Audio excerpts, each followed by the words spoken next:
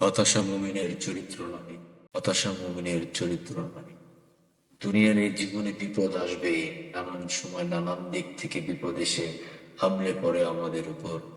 অর্থ সম্পদ, সন্তানাদি, সম্মান মর্যাদা আক্রান্ত হয় সবকিছুই। দুনিয়ার জীবনে এই বিপদের মুখে পড়ার কথা অবশ্যই আল্লাহ তাআলার পক্ষ থেকে সুস্পষ্টভাবে জানিয়ে দেওয়া হয়েছে। আমরা অবশ্যই তোমাদের পরীক্ষা করব সম্মান, ভয়, ক্ষুধা এবং জান মাল ও ফসলের কিছুটা ক্ষতি দিয়ে। আর তুমি ধৈর্যশীলদের সুসংবাদ দাও, যাদের উপর কোনো মুসিবত এলে বলে ইন্না ইলাইহি ওয়া ইন্না ইলাইহি রাজিউন।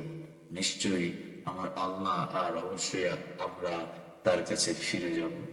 সূরা বাকারার 155-156 নম্বর আয়াত। বোঝা গেল বিপদ আসবে, বিপদের মুহূর্তে কি করতে হবে সেই নির্দেশনা দেওয়া আছে এই আয়াতে।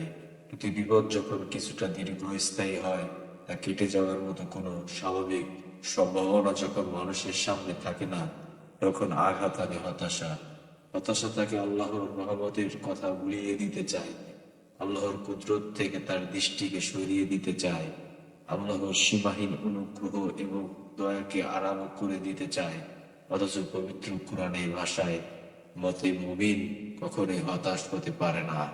কোরআনে বর্ণিত ঘটনা, হযরত ইব্রাহিম আলাইহিস সালাম যখন বার্ধক্যে উপনীত, আল্লাহ তাআলার পক্ষ থেকে একদল ফেরেশতা এসে তাকে এক জ্ঞানী পুত্রের সুসংবাদ শোনালো। বিস্ময় ভরা কণ্ঠে হযরত ইব্রাহিম আলাইহিস সালাম জিজ্ঞেস করলেন, আমাকে তো বার্ধক্য পেয়ে বসেছে, এরপরও তোমরা আমাকে এই সুসংবাদ দিচ্ছ? কিসের ভিত্তিতে তোমরা এই সুসংবাদ দিচ্ছ?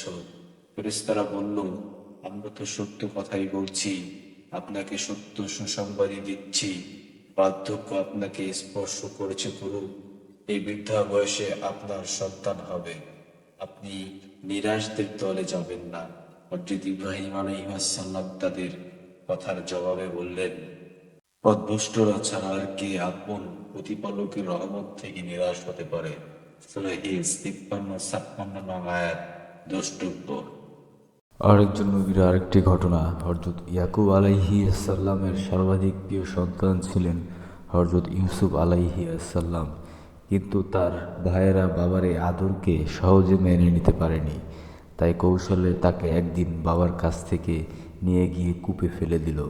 আল্লাহর অসীম কুদরতে কূপ থেকে উঠে এসে একদিন তিনি মিশরের ধনভারের দায়িত্বশীল হলেন। আর যে ভাইরা তাকে নিয়ে চক্রান্ত করেছিল, দুর্ভিক্ষের শিকার হয়ে তারা খাবার আনতে হাজির হলো তার কাছে। এরপর এক কৌশলে তিনি তার সহোদর বিনয়ী আমিনকে নিজের সঙ্গে রেখে দিলেন। দুই ছেলে হারিয়ে বাবা হযরত ইয়াকুব আলাইহিসসালাম অন্য ছেলেদের বললেন, হে আমার ছেলেরা, তোমরা যাও ইউসুফ ও তার ভাইয়ের সন্ধান করো। তোমরা আল্লাহর রহমত থেকে নিরাশ হও না।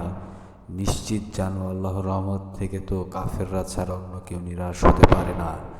এই দুই নবীর শেষ কথা, এক আল্লাহকে যারা বিশ্বাস করে, যারা মুমিন, যারা সঠিক পথের অনুসারী, তারা তো কিছুতেই আল্লাহর রহমত থেকে নিরাশ হতে পারে না। তারা উভয় ছিলেন পাথিক বিপদের শিকার।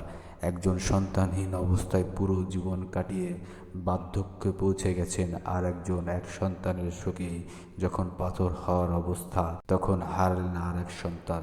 তবুও তারা আল্লাহর অসীম কুদরত কাছে আশাবাদী ছিলেন, হতাশা তাদের স্পর্শ করেনি। পরিশেষে তারা উভয় এই পৃথিবীর থেকেই এর ফল ভোগ করে গেছেন। মুমিনের শান এমন হওয়া উচিত, যতকাল বেঁচে থাকবে আল্লাহর রহমতের কাছে আশাবাদী হয়ে সে বেঁচে থাকবে। সাধ্যে যতটুকু কুলায় চেষ্টা করে যাবে। একবারে চেষ্টায় ব্যর্থ হলে আবার করবে, বারবার করবে। তাই হতাশ নয়, মুমিন হবে আশাবাদী, আল্লাহর রহমতের আশায় থাকবে সে। আল্লাহ আমাদের সবাইকে বোঝার তৌফিক দান করেন। আমিন।